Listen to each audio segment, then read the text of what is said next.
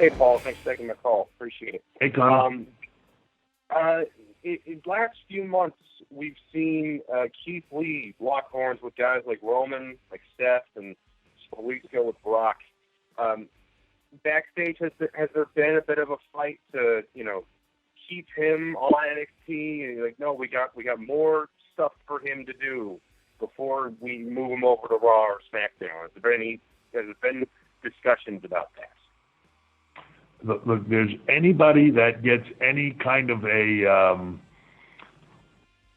momentum moment in anything, there's always clamoring from somebody about them. Ooh, hey, I'd like to have that, and all those things. Those are strategic discussions that are had with Heyman, with Bruce, with those teams, with my team, and it comes down to people's development.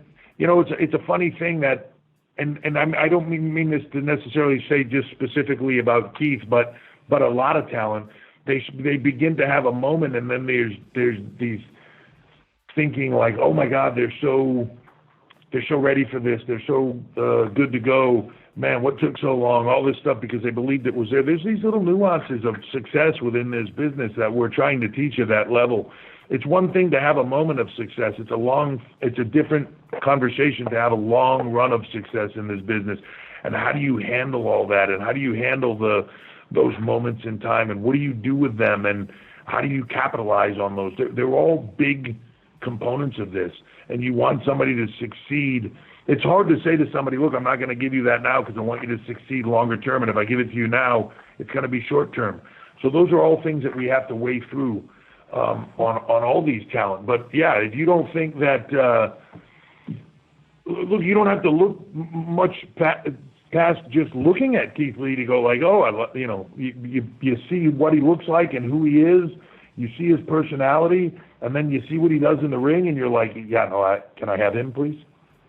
I think same thing when you watch Bianca Belair in the Rumble, or the things that she does in the ring, or her personality now in promos. You see, Velveteen Dream. You see Ciampa.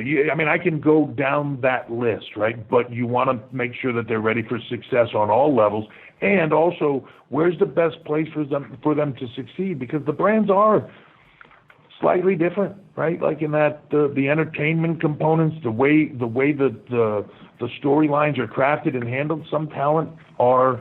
You've seen this over the years. I believe even just before this was a deal, that certain talent resonated better on SmackDown, certain talent resonated better on Raw.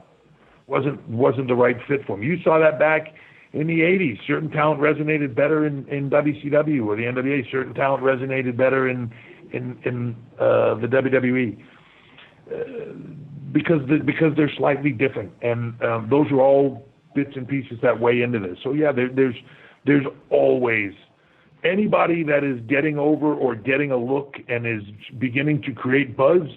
Everybody's calling and looking at them, and that's a cool thing about it. And then you just got to run with it for as long as you can and as long as you have them. Right? The final decision comes down to Vince, and always has, and that's the beauty of all of this is, that there is that final answer there, and he can help to guide where everything goes and help it be successful on every level.